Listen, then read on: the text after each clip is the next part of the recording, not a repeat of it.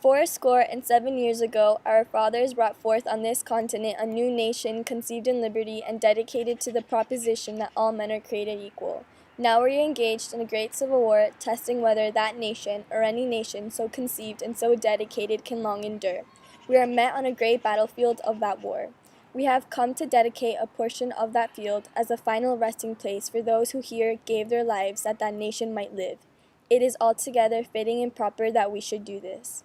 But, in a larger sense, we cannot dedicate, we cannot consecrate, we cannot hallow this ground. The brave men, living and dead, who struggled here, have consecrated it far above our poor power to add or detract. The world will little note nor long remember what we say here, but it can never forget what they did here. It is for us the living, rather, to be dedicated here to the unfinished work which they who fought here have thus far so nobly advanced. It is rather for us to be here dedicated to the great task remaining before us, that from these honored dead we take increased devotion, that cause for which they gave the last full measure of devotion.